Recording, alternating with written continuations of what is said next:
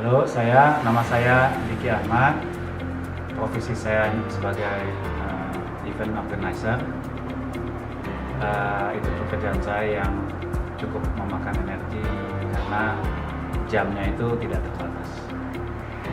Kira-kira 1,5 tahun yang lalu, ya kurang lebih 1,5 tahun yang lalu, saya divonis sama dokter mengidap penyakit ginjal, gagal ginjal.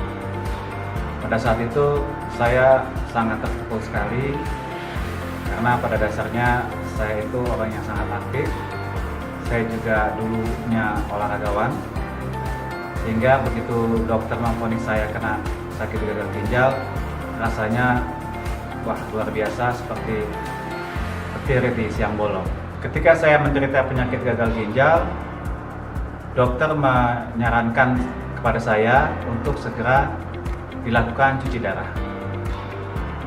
Awalnya saya tidak menerima keadaan ini karena harus mengalami cuci darah 2 kali seminggu, dan itu dokter mengatakan bahwa cuci darah itu adalah seumur hidup dan tidak akan pernah sembuh. Terus terang, pertama kali saya mendengarnya agak frustasi karena yang biasanya aktif tapi tidak bisa apa-apa. Makanya mau tidak mau akhirnya saya jalankan operasi cuci darah, dan akhirnya setiap minggu itu saya mengalami cuci darah, yaitu 2 kali seminggu. Dimana pada awalnya dokter mengecek saya punya laboratorium. Kreatinin saya itu pada awalnya sekitar 20,1, lalu urium saya itu adalah kira-kira 240. Dimana kalau lihat keadaan seperti itu, ginjal saya itu isinya penuh dengan racun semua. Lalu selama cuci darah, dari mulai awal sampai kurang lebih 10 bulan, itu saya cuci darah, lalu saya minum obat setiap harinya selama 3 kali, yaitu 14 butir. Jadi bisa dibayangkan bahwa setiap pagi, siang, dan malam saya harus minum obat 14 butir, dan minum saya itu dibatasi kurang lebih kira-kira sekitar 600 ml per hari. Itu tidak boleh lebih, termasuk kalau saya makan, termasuk kuah sop, pokoknya yang berkuah. Karena kalau airnya kelebihan, itu akan mempengaruhi paru-paru saya, akan kerendam, dan jantung saya menjadi sesak nafas. Jadi saya menjalani terapi itu selama 10 bulan, minum obat 14 butir, minumnya hanya dibatasi 600 ml. Nah, setelah 10 bulan, akhirnya saya dikunjungi sama saudara saya yang seorang dokter. Lalu dia memberikan saya sebuah kotak yang isinya adalah resep. Di mana resep itu berupa seperti cairan gel yang isinya sekitar 30 saset. Saudara saya mengatakan bahwa ya udah, kamu minum aja ini. Terus saya bilang, Mbak, ini bagaimana dengan obat dokter? Apa saya teruskan? Ya nggak apa-apa, gue kan dokter, ya minum aja. Yang penting minumnya setelah obat dokter. Coba aja, aku pengen lihat, dia bilang. Ya udah, pada awalnya saya sempat ragu, tapi agak optimis karena yang memberitahu saya adalah seorang dokter yang notabene-nya kan nggak mungkin masa dokter mau menjuruskan saya. Akhirnya selama kurang lebih 3 bulan, 2,5 sampai 3 bulan, saya minum Reserve.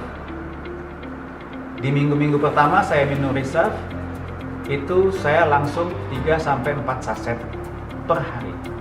Saya minumnya itu setelah setengah jam setelah minum obat dari dokter. Selama 2 minggu pertama saya minum, terus terang saya agak nakal sedikit karena minum obat dokter itu saya tidak akan pernah minum. Jadi saya kurangin sebagian. Saya sebagian minum obat dokter, sebagian lagi saya minum Reserve.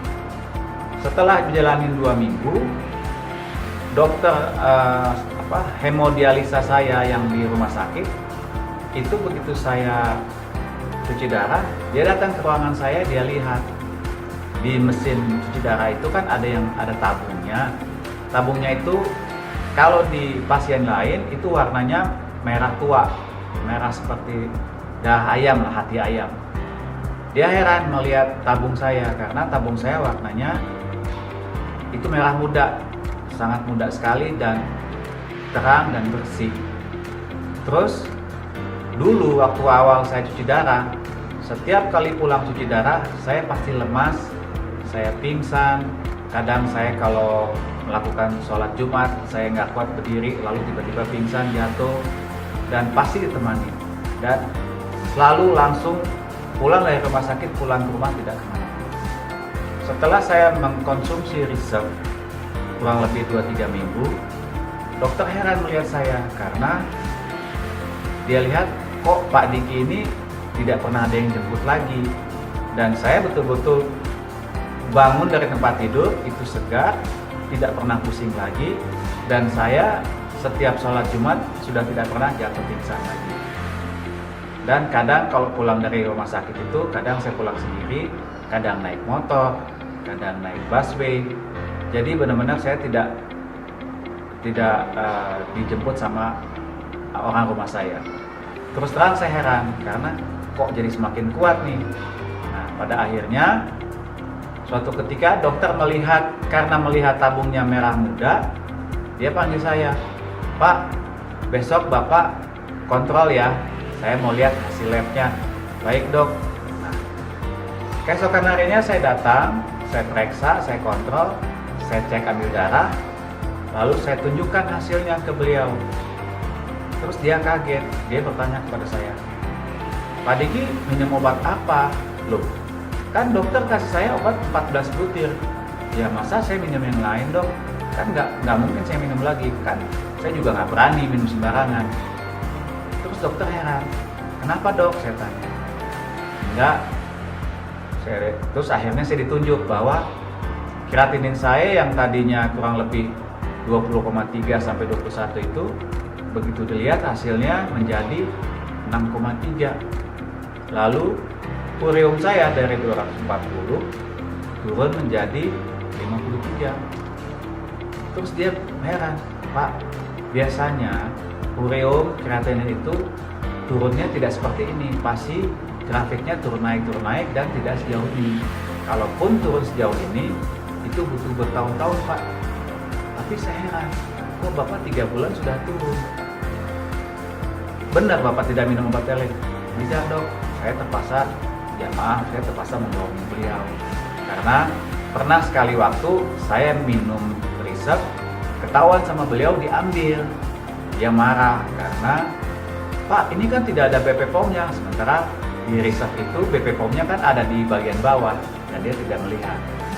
Setelah dia lihat itu, keesokan harinya atau 2-3 minggu setelah itu, dia melihatin saya, tapi dia nggak berani bertanya langsung khasiat dari Reserve itu. Akhirnya dia bilang gini, "Ya udah Pak Diki, kalau lihat kondisi seperti ini, kondisi ginjal Bapak sekarang udah naik, yang tadinya awalnya 10%, sekarang menjadi 50%. Lalu kreatinin dan uriumnya itu turunnya jauh sekali. Kalau lihat dari tren seperti ini, saya akan lihat 3 bulan, 6 bulan ke depan. Kalau Bapak ini turun terus sampai kembali seperti manusia normal, Bapak kemungkinan besar cuci darahnya berhenti." Dalam hati saya, wah alhamdulillah nih, kalau sampai Reserve ini betul-betul bisa membuat cuci darah saya berhenti, artinya gagal ginjal saya sembuh. Iya, dulu pada awalnya waktu saya divonis gagal ginjal itu, wajah saya tidak seperti sekarang yang saudara saya bilang muka kamu lebih segar, lebih fresh. Saya dulu pucat, hitam, lemes, layu, apalagi saya minumnya nggak boleh lebih dari 600 ml. Terus terang setelah saya mengkonsumsi Reserve selama 3 bulan itu, selain kreatinin dan urium saya mendekati manusia normal, minum saya yang dulunya hanya 600 ml per hari, sekarang menjadi 1500 ml per hari. Lalu setelah melihat kondisi saya lebih membaik, obat yang tadinya saya minum sekitar 14 butir sama dokter dikurangin sekarang menjadi 3 sampai 4 butir. hampir per hari, dan itu hanya 3 kali 1, bukan 3 kali 3 lagi. Jadi terus terang, dengan saya mengkonsumsi Resep ini amat sangat membantu keadaan ginjal saya. Jadi bagi bapak-bapak atau ibu-ibu yang menderita penyakit gagal ginjal sama seperti saya hanya mau membagi cerita. Gunakanlah Resep ini dengan baik, dan harus sabar, dan tetap harus punya semangat, karena biar bagaimanapun kita manusia tetap yang namanya usaha itu harus ada. Jadi setelah saya mengkonsumsi itu 3 bulan secara rutin, teratur, sabar, dan hasilnya ya saya sekarang pulang beres cuci darah itu tidak langsung pulang. Yang pasti saya bertemu dengan teman-teman saya atau berjumpa dengan calon klien saya untuk saya sharing berbagi cerita mengenai kondisi gagal ginjal saya sekarang. Dan terus terang, setelah saya bercerita begini dengan mereka langsung berpikir, wah berarti gagal ginjal aja sembuh, apalagi penyakit yang lain. Jadi terima kasih Risa, terima kasih Dimas.